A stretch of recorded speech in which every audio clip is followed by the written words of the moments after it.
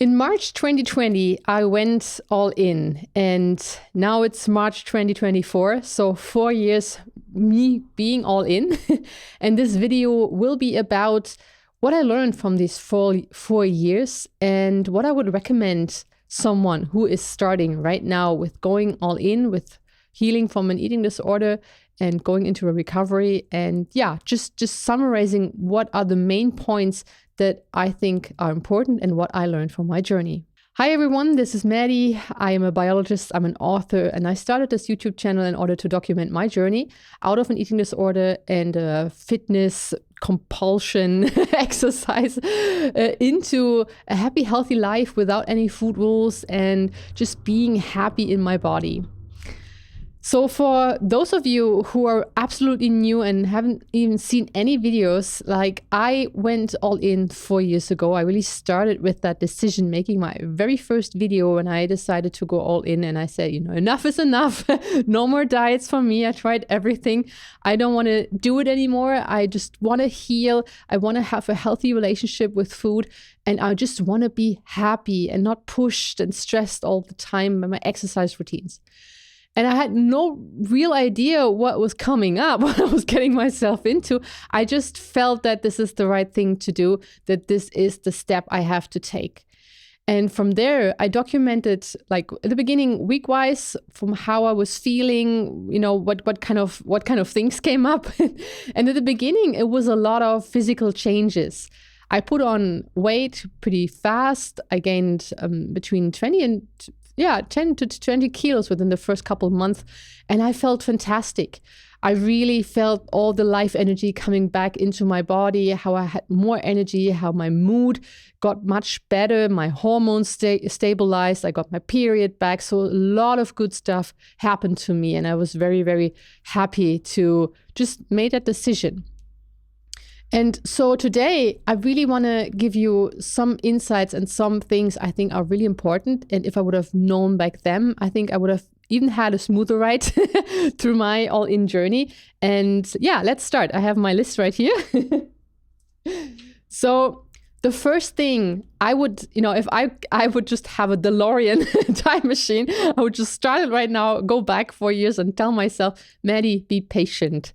So patience is not only a virtue, but patience is absolutely important when you go into that whole healing process. Because remember, you probably, had your body into depletion, into energy depletion, and eating disorder for many, many years. And you can't expect wonders overnight. Things won't change overnight that quick and bring you into a new reality, a new life, but it will take a bit.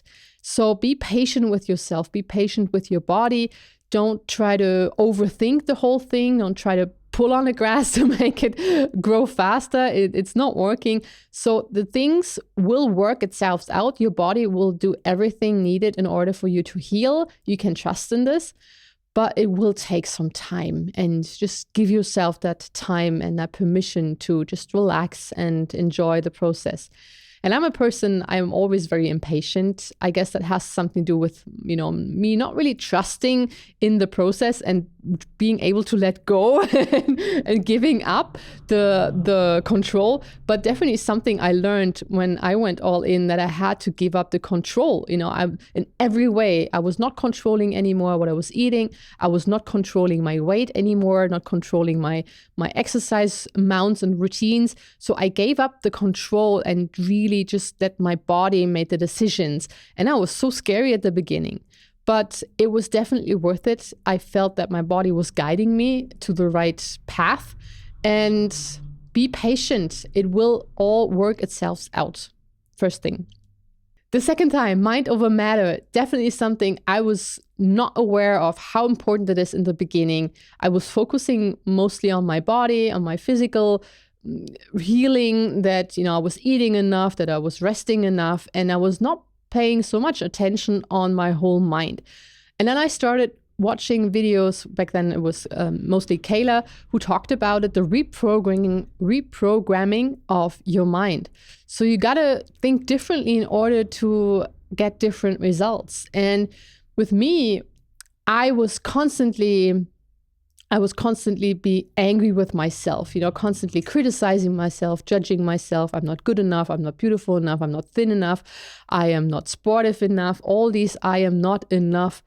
And I really, at one point, had to make sure that I get out these negative thought patterns, that I start to become more kind to myself. I have really watched my self-talk and started to just eliminate all these bad words from my mind. And then also focusing on the beliefs I had around eating, food, exercise, and my body. And it's something I highly recommend starting right in the beginning with your all-in journey, with really having the best results and the best success in the journey. That not only focusing on the physical stuff and healing, nourishing your body, but also healing and nourishing your mind through positive self-talk, to affirmations. Really see where the root cause of your eating disorder comes from. And there is a cause. It's the eating disorder, just a symptom. There is a deeper cause that you have to find in order to really heal yourself from this.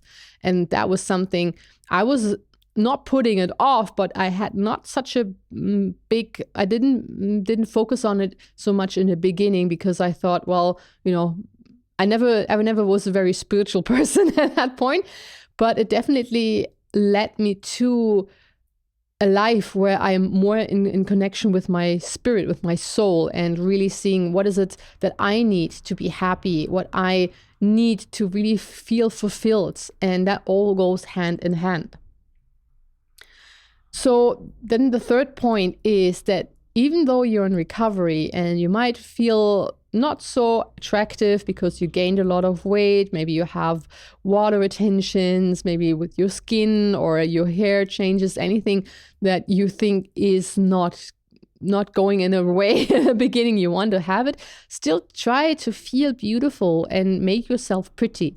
I remember I watched that one video from Jessie where she said, at her highest weight, where it was hard for her to really accept the way she was, she started making pictures, or she went to a photographer who made pictures of her, and she really dressed herself up in a nice, I think it was 80s or 90s design, and she posed in front of the camera, really made her feel good about herself.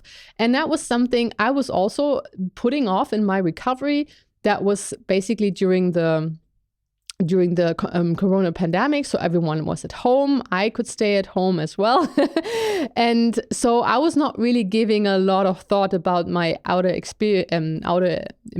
appearance. But I definitely realized that when I was starting taking more care of myself and, making my hair nice and pretty, went to the hair cutter and also trying out new makeup and doing my nails and, try to dress more feminine, that I felt much better about myself. Although there was a couple things that I didn't like about my body, I was really trying to focus on the things I like. You can do that with affirmation. You can say, I love about myself, my eyes, my hair, my legs, whatever it is that you love about yourself. And then really try to emphasis on that, make yourself pretty, try on nice clothing.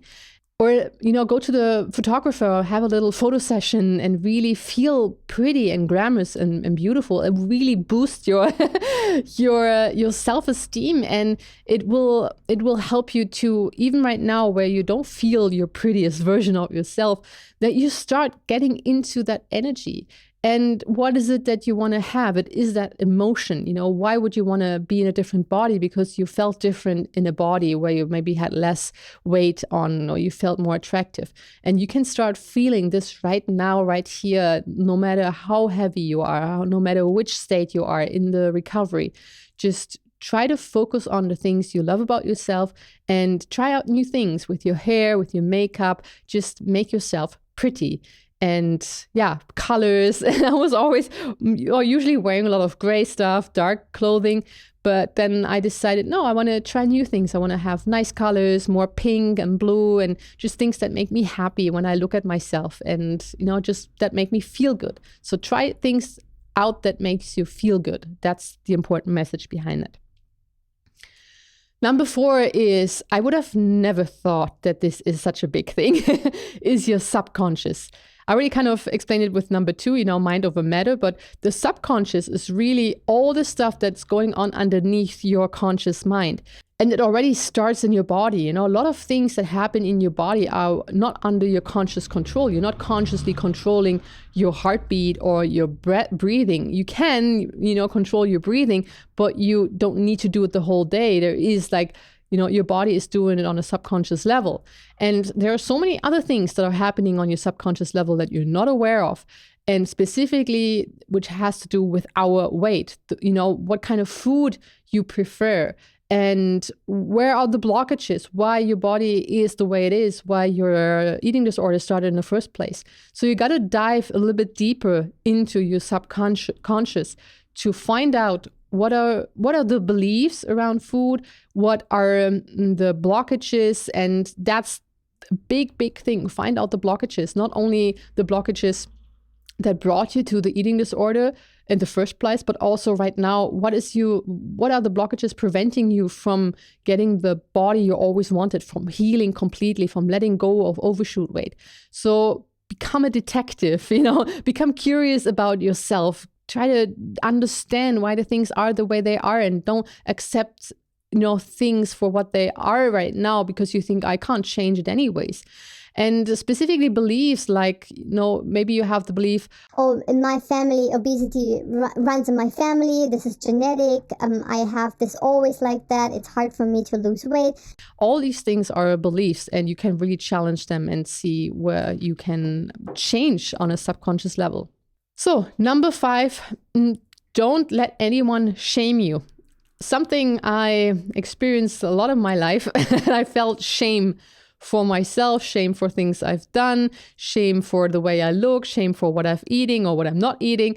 And I decided enough of it. I'm not giving anyone the power to decide what, is what I can do and what I can't do and try to judge me over things. So you might experience that while you're on your journey because you might change your eating behavior. Some of you who watched my video about the fear foods, I was always, but I was for 10 years a vegetarian. And then I started eating meat again. And the way I shamed myself in the beginning was not nice. I felt like my urge was there. My body wanted the meat, but then my mind said, well, you can't do this. And then it was counting and listing all the different reasons why I can't do it and why I should feel shameful about myself. And I decided enough is enough. There is no more, and I'm not shaming myself anymore, not letting myself shamed by others. Just be really centered about it and have that self-esteem and that grounding that it doesn't bother you anymore. Number 6 is focusing on what is already working. So I'm sure there are a lot of benefits already in your life, a lot of good things, positive things in your life, specifically when you went all in and you had already feel relief and healing, and you can feel that your energy is coming back, your mood is getting better, your hormones are getting better. So really focus on these good things happening in your life and try to not focus so much on the things that are not there yet. As I said in the beginning, be patient, things will fall into place. It might take a bit. I'm 4 years all in. I'm still learning a lot. So be patient and try to focus on the good things, the things that are already working, that are improving, that makes you feel happy about yourself, and just keep on doing this, and more things will come that are good and will uplift you even more, and you will really enjoy this process. And the last point, number 7, is expect things to shift and change. So it is not, I didn't know at the beginning, what do I have to expect food-wise? Like, will I end up with a certain diet? Will I only prefer meat, or will I eat more and more carbs, or what will happen to me? And I do see that now over the last 4 years that things are shifting and changing. So I had some times where I was always eating the same thing in the morning for breakfast because I felt like it. Then all of a sudden after a year, I had different cravings, or not cravings, but different preferences. Like, I never really was a very savory person in the morning, but lately, the last 4 or 5 months, I'm eating more meat in the morning and eggs, so more savory stuff, which I really enjoy now over sweet stuff. So things will change, and this is just so normal because you have different things going on in your life. Sometimes you need more energy, sometimes you need less energy, or more stressed and less stressed, and just go with the flow and don't judge yourself or ask yourself, oh, I'm allowed to eat this right now. Maybe for a while you eat more carbs and then less carbs, and it's like, oh, should I do this right now? Is that not against all in? Because now I feel like I don't want to have the sugary stuff anymore. So don't overthink it. Just be prepared that things will change and shift, and you just go with the flow, and you'll see what your body intuitively will guide you through. And then, yeah, you can just adjust accordingly and enjoy all the different foods that are coming along your way. And you will see that your body will guide you through, and there will be a balance. And yeah, just see how that goes for you for a while. So these are the main points, I guess, I really learned from my 4 years all-in experience.